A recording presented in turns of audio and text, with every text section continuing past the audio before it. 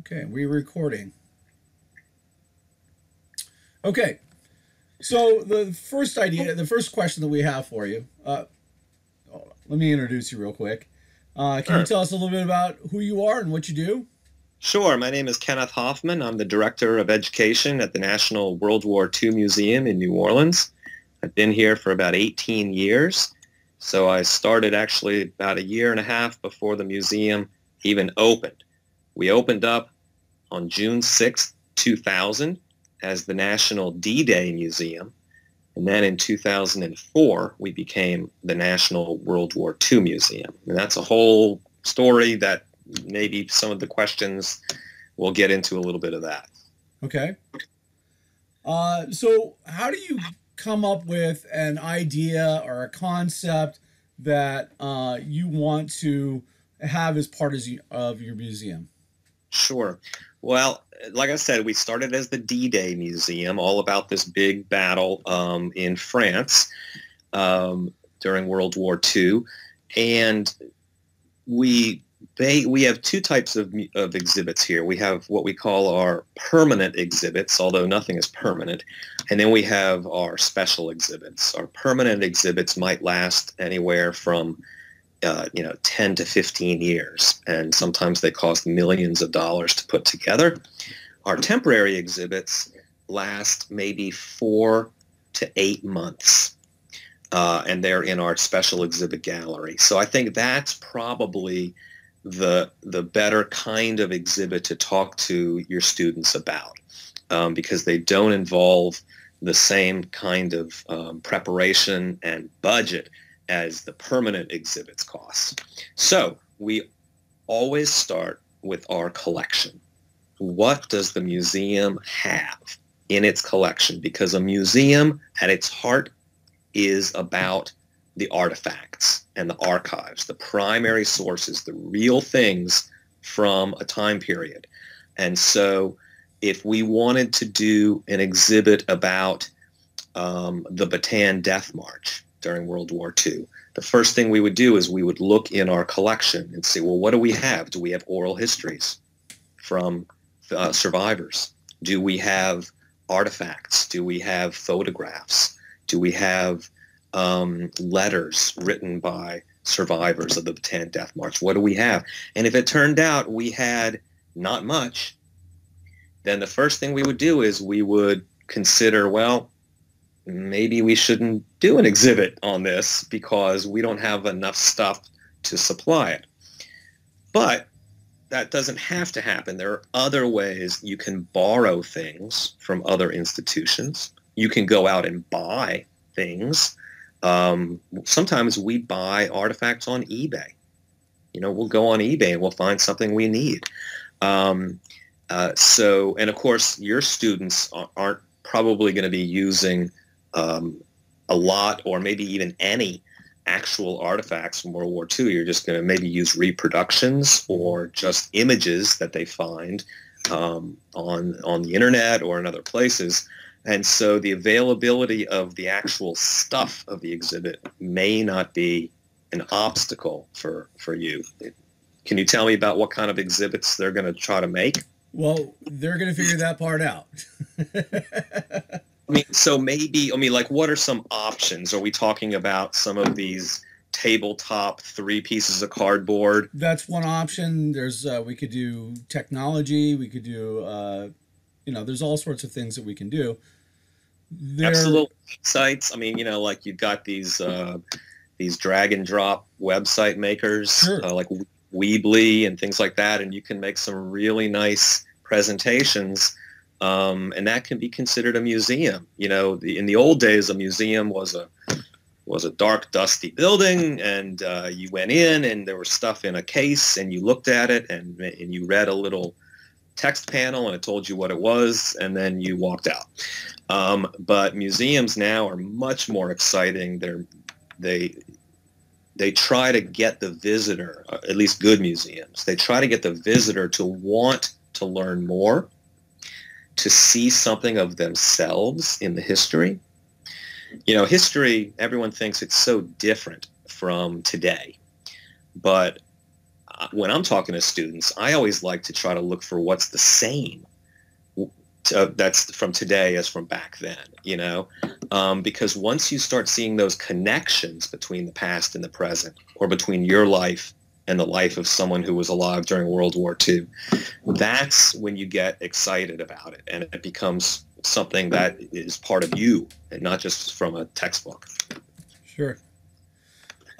Once you have an idea and you understand that you have the ability to put together an exhibit, like you have all the artifacts that you need to put together an exhibit, talk to me about the design process. How do you make it visually stimulating? How do you make it so people want to be there and they want to learn more about it? Sure. Great question. Well, our special exhibit gallery is not that big. It's about 1,500 square feet. Plus, we have a little lobby that the exhibit can spill out into. So when we make special exhibits, they're not huge things, but we definitely want there to be a visual appeal, particularly at the very beginning. It's like a book. If you open up a book and the first couple of pages are kind of boring, it's tough. It's tough going. You want to get them right at the beginning. And so you want to use, and there are standards. There are industry standards for how big a font you should use, what type of font, what kind of colors should you use. There are also laws on the books. We're a private institution, but there are still laws about accessibility issues of the Americans with Disabilities Act. And it says you can't put words too high up on the wall because then someone in a wheelchair may not be able to read it. Or if you have, too many flashing lights, it could disturb somebody, and cause them to have a seizure or something. So there are certain rules. I don't think you guys are going to have to worry about those kinds of things. But you want to tell a story. That's what an exhibit does. It tells a story in words, like a book, in pictures, like maybe moving pictures, like a movie or a documentary, sometimes with sound, sometimes with smells. I don't know. What would it be like if you went to a museum and when you walked in, it smelled like the time period you were talking about? That would be really evocative. That would really get the people in there to start feeling like they were in that time. So you want to excite people's senses and also get them emotionally connected to it. And so, and everyone's different, everyone's different. There are some people who come to our museum who love, we call them gearheads. They love the metal, the gray and the green metal, the weapons, the vehicles, the uniforms. They like the stuff. And then we have people that come to the museum and they couldn't care one whit about the stuff. They care about the stories, the people and their story. And, and one's not better than the other. It's just what you're interested in. And so you want to be able to tell a story that can get as many people interested as possible. And if that's through looking at maps, I happen to love geography. I'm a big map lover. And in World War II, in order to understand World War II history, it's really great to understand, where things took place, because the geography had a lot to do with how battles and strategy were made. So I always like to have maps in my exhibits. Other people hate maps, and so you don't want to make it all about maps or else you're going to turn a lot of people off. So there's a lot of options, but you want to tell a story, beginning, middle, end. It's almost like a 5-paragraph essay, introduction, the body with the details, and then a nice conclusion. Same kind of concept. What kind of people do the design work? Are they historians? Are they graphic designers? Or do you have a team that does it all together? Well, if it's done in-house, if it's a special exhibit, we have historians on our staff and we have curators. The historians, know all the history, but the curators know a lot of the history too. They're the ones that take care of the artifacts. So they have to know, yes, this is a German helmet, but if you look really closely at this strap, you can see that this is from 1942, before they introduced the buckle from 1943, And there are people who love to see that level of detail. Other people aren't as interested, but our curators know that kind of stuff. So usually the historians will write the script. Sometimes a curator will write the script. Sometimes an educator. I've curated an exhibit here. Will write the script. It will get read and edited by other people, because you don't want to be too wordy. The last thing you want is to do a book on the wall. Those kind of exhibits where you walk in and there's just lots of words on the wall. Sure. So keep your text panels to 60 to 100 words each. You don't want more than that, or no one's going to want to read it. We do have an exhibit designer on staff who can decide how to lay out cases or images on the wall. And we have a graphic designer who can design some of the background pieces, or certainly the brochures that we make to publicize our exhibits. Has there ever been controversy over one of your exhibits? Well, people who come to our museum are very interested in the story of World War II, and they often want to see their family's contribution. And so we will often get comments like, well, this place is great, but you didn't say anything about my grandfather. He was in the 242nd Chemical Battalion, or something. And we have to say, gosh, there were millions and millions of people in World War II, and we can't tell all the stories. It's a matter of editing and deciding, how do you tell this ginormous story? You can't include everybody, so you have to pick and choose. So that's sometimes we get people who are a little upset that, how come you didn't say anything about this? You spent too much time talking about this guy, and you didn't talk about this guy at all.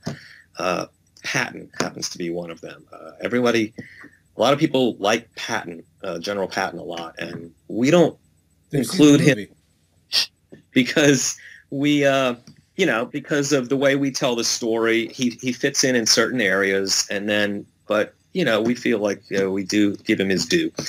Other people disagree. We've also had our atomic bomb exhibit, which is at the end of our exhibit called The Road to Tokyo. It's the last gallery. And we present it in a very, I would say, non-judgmental way. We present it strictly historically. This is what happened. And we show images and we show film footage, but we don't really get into the debate behind it. And there are people who think we should have. As a matter of fact, there are people on our staff who think we should have.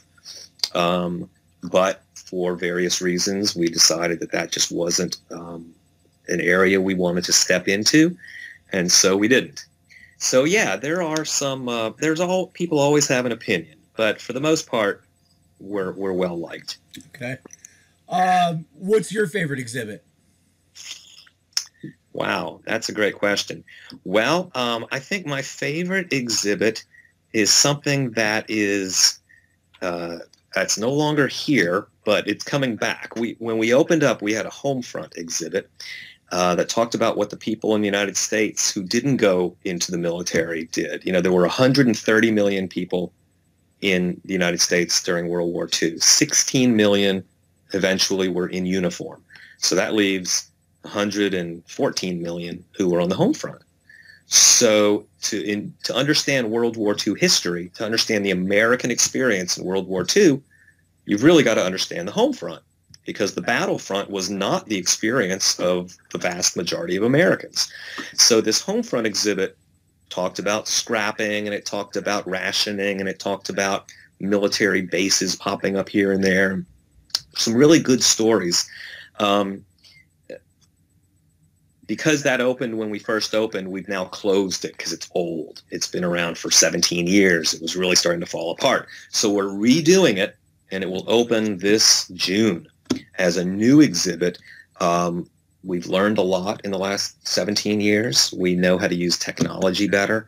We know how to use space better. And so it's going to be even better home front exhibit. So that's my answer. Excellent. If you wouldn't mind, why, when I told my students that the National World War II Museum is in New Orleans, they were like, well, why isn't it in Washington, D.C.? Why is the National World War II Museum in New Orleans? That's the number. Your students are asking the question that is the number one question that's asked here. So it's a great question. When we opened, we were the National D-Day Museum, as I said before. And the founder of our museum was a professor named Dr. Stephen Ambrose. And Stephen Ambrose taught at the University of New Orleans all of his career. And he was a historian of President Eisenhower, formerly General Eisenhower. And he wrote a lot about what Eisenhower did, and he wrote a lot about D-Day. And if your students know anything about D-Day, or if they've seen the movie Saving Private Ryan, they've seen in the first scene on D-Day when these little landing craft come up to the beach and the ramp goes down and the soldiers run out onto the beach to fight the Germans, those landing craft were all built in New Orleans. They were designed and built. They're known as Higgins boats because they were designed and built by Higgins Industries in New Orleans. They have an official name. The official name is LCVP, which is Landing Craft Vehicle Personnel. So Ambrose thought, the city of New Orleans had this great contribution to the victory at D-Day, which allowed us to, win the war in Europe. But there's no statue around here of Higgins. There's no street named after him or anything to talk about this history of New Orleans during the war. So he said, we should have a little museum here in New Orleans about Higgins and D-Day. And that was like 10 years before the museum even got off the ground. He was just a college professor. So he had to work really hard to pull together money and people who were interested in this to finally open up the D-Day Museum. And so that's why we're in New Orleans. A few years after we opened, when our director went up to Washington, D.C. to ask for a little bit of money from some senators who were World War II veterans, they said, well, we love what you're doing down in New Orleans. This D-Day Museum is great, but our country doesn't have a World War II museum. We've got the 8th Air Force Museum in Georgia, and we have the 1st Infantry Division Museum in Illinois. We have those kinds of, but we don't have an overall World War II museum. Why don't you do that? Why don't you expand your mission and do all of World War II? And so that's when we changed from the National D-Day Museum to the National World War II Museum. So it's a long answer, but that's the answer. All right. This is a question that comes from me. Obviously, New Orleans suffered a lot during Katrina. How did you, as an organization, protect the archives, all the exhibits? How did you protect that stuff during the hurricane?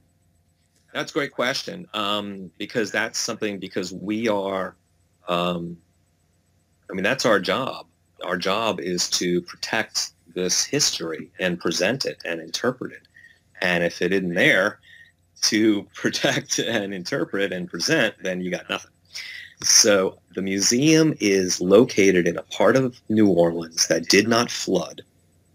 We're close to the Mississippi River. It seems kind of weird, but in New Orleans, when you're closer to water, we have the Mississippi River on one side and Lake Pontchartrain on the other side. And when you're closer to the water, you're actually higher ground because New Orleans is sort of like a bowl. And so the middle of the city is the lowest part. But we're close to the river, so we're on a higher part. So it didn't flood. We were broken into very soon after the hurricane passed by people looking for food and shelter. But very soon after that, the National Guard arrived in New Orleans and used the museum as a staging ground.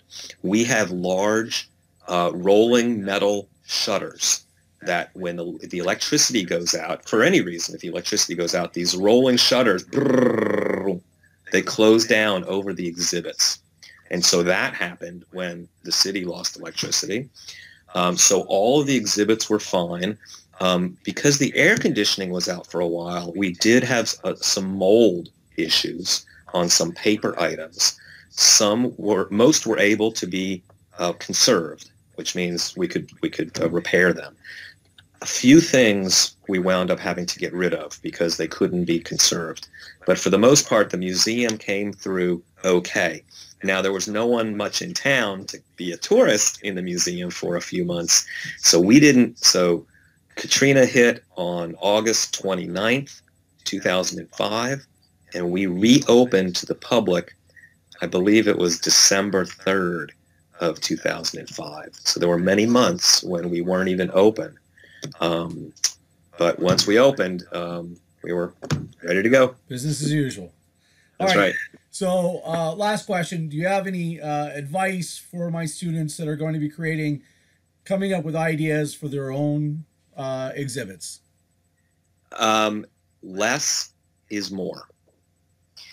And that's really hard when you're talking about World War II because there's so much and you're going to want to say so much about what's going on. And the way that we think about our museum, it's not our job at this museum to teach the entirety of World War II to our visitors.